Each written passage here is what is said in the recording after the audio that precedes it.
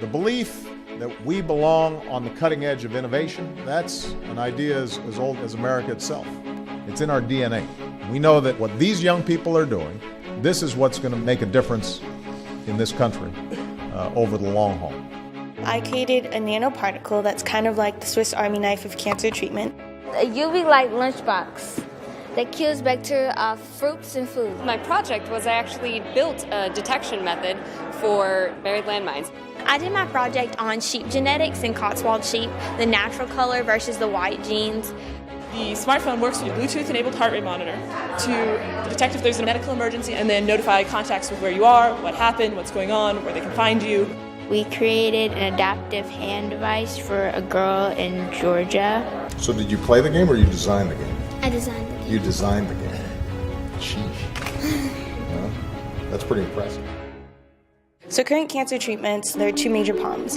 First, it's not specific towards cancer cells, so it kills normal cells in addition to cancer cells. So that has very low patient quality of life. And then the second problem is although it kills the majority of cancer cells, it doesn't really kill the source of cancer cells. So my nanoparticle can detect cancer cells in the body, eradicate the cancer cells, and then monitor the treatment response. The objective of this project really was just to personalize cancer treatment to make it more effective and how it can overcome a problem that all of society is facing. We're very proud of you. Thank you. Go cure cancer. Thank you. Yeah, I like that. First of all, I have cousins who live in Mozambique and have to deal with the daily threat of landmines. I heard their stories and was really inspired by what they had to say.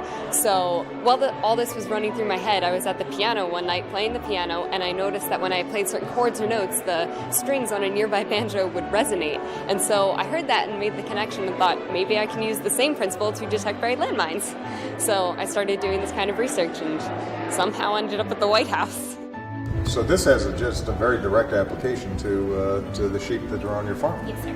Fantastic. There's only 2,500 registered Cotswolds in the United States, and that includes white and natural colored. Over the years, the people in the Cotswold industry have bred out the natural colors because the fiber artists want just the white wool to dye and use for different things. But now that people have realized there's such a decline in the numbers of natural colors, they're really trying to breed them back and pull them back into the industry. But it's really, really hard to get those high-quality natural colored sheep because the genetic gene pool is so low. When you go to look for natural color sheep, it's really difficult to find them, and it's been my passion to breed and bring the natural colors back into the industry. I wanted to be in the fiber industry and have livestock and have the sheep so that I could learn more for myself about the animals in the livestock industry and just take part in that core agriculture process. I did not realize that ultraviolet light can actually kill bacteria. Yes. I did not realize that. Well, that's a pretty spiffy invention. First, you put the fruit in. Then you close the lid. You turn it on. You wait for 10 seconds. After those 10 seconds, you open the lunchbox. You simply take your fruit out and you eat it. A lunchbox that helps people. I never thought I could do that. The ultimate goal was to help Danielle to write with her preferred hand. She is right hand dominant, and she didn't have most of the fingers on her right hand. And she really wanted to write with her right hand, so we decided that we would help her write.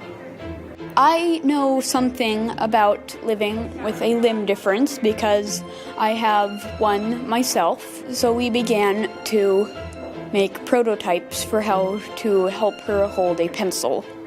And we ended up using a simple design of a platform and a cylinder adjacent to it in which you could insert a pencil, and it just strapped onto her hand, and then she started to write. The first thing we want to show you is usually the user can check your status by clicking on the status button, and you can see I'm a little nervous, so my heart rate's a little high. We do have a series of checks to ensure that there are no false alarms, and let's say you do not press the check because you actually are in need of help. It starts issuing a loud audible alert as well. As you'll see in a moment. It's saying a medical emergency has been detected. The next thing that happens is a text message is automatically sent to her cell phone, and at the same time your medical information is displayed on the screen, so paramedics and anyone else that shows up can see your past history and things like that, which could be helpful in the event of emergency. One of the huge advantages of ours is that you don't actually need to press the button to summon help, because when you need help the most is when you can't get it yourself. The most unique thing about it is mobile. You can take it anywhere. This is on your cell phone, which is something most people carry around all the time. So I think that's an awesome feature. And also, as Ada mentioned, the fact that it's passive. You don't actually have to press the button. In the event of a heart attack, it will automatically send alerts to your contacts. This is an idea that really resonated with all of us. We all have, relatives that aren't living with us, in the house, who are far away. I know my grandfather had a stroke in the backyard, and we, didn't know exactly what was going on, for a while, and I always kind of wondered, what if we'd been able to, find him sooner or whatever. So this is just to kind of, give them that security of having, family members when they need them. In this game, I want people to be environmental, pretty much. What the game is about, it's there's polluting factories in the city, and the other people can't breathe. So this one right here has to pretty much go around and collect like coins and hearts and get their score to 500, so they can win the game and people can breathe better. It's really cool, though. Thanks. How long did it take you to design it? A couple months. So you want to be a game designer? Maybe. Yeah, you're only 5th grade. You don't have to make up your mind. It's young people like you that make me so confident that America's best days are still to come. When you work and study and excel at what you're doing in math and science, when you compete in something like this, you're not just trying to win a prize today, you're getting America in shape to win the future. What I would say to people, especially girls, who are interested in STEM activities, is that you should be. Find other people who have similar interests, and I think working in a team helps a lot. Like, you can bounce ideas off of each other.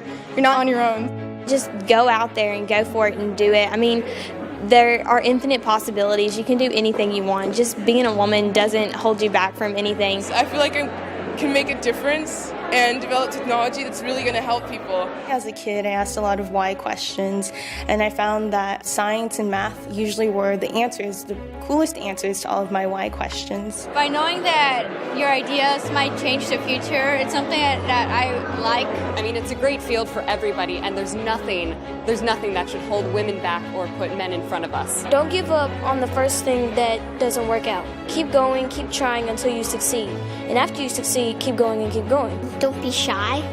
Try your hardest to do what you can do, because sometimes if you try hard enough, you can make it come true.